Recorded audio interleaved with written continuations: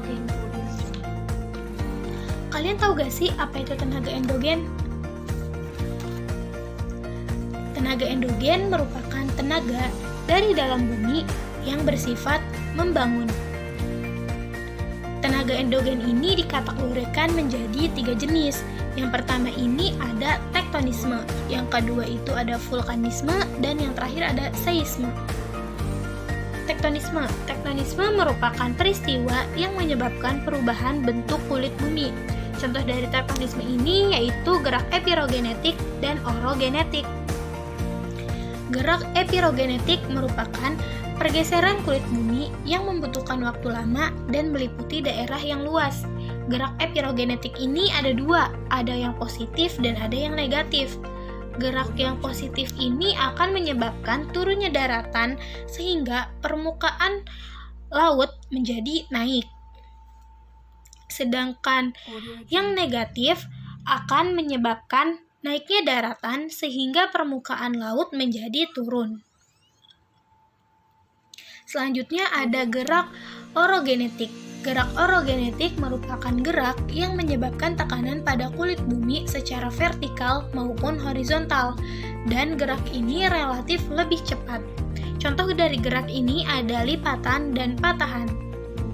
Selanjutnya ada vulkanisme. Vulkanisme merupakan peristiwa yang berhubungan dengan gunung berapi, yakni berupa naiknya magma dari dalam perut bumi.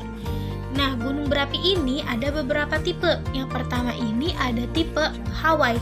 Contohnya ini ada gunung Mauna Loa. Selanjutnya ada tipe vulcano. Contohnya ini ada gunung Bromo.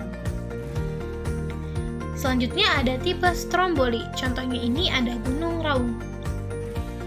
Dan yang terakhir ada tipe Peret. Contohnya ini ada gunung Krakatau. Selanjutnya ada seisme atau gempa bumi.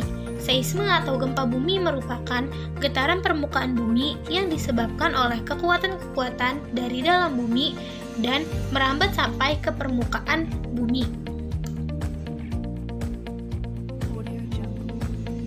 Nah, selanjutnya kita akan belajar mengenai tenaga eksogen. Kalian tahu gak sih apa itu tenaga eksogen? Tenaga eksogen merupakan tenaga pembentuk muka bumi yang berasal dari luar, yakni berupa tenaga air, angin, sinar matahari, maupun tenaga dari makhluk hidup. Jenis dari tenaga eksogen ini ada 3, yaitu ada pelapukan, pengikisan, dan sedimentasi.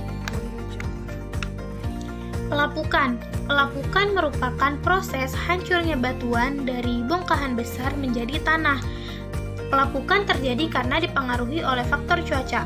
Proses pelapukan batuan ini memerlukan waktu yang lama.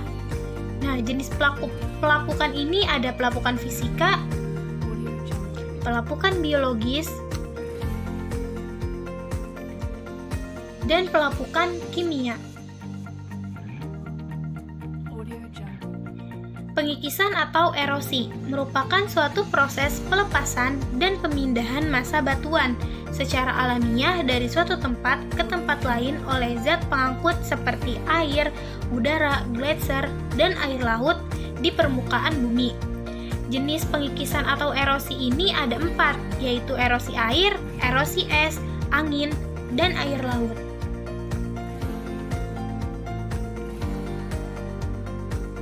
Yang terakhir ada sedimentasi. Sedimentasi merupakan proses pengendapan material yang terbawa oleh air, angin, maupun gletser.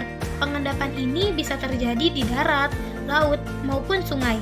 Pengendapan yang lama nantinya akan membentuk batuan sedimen.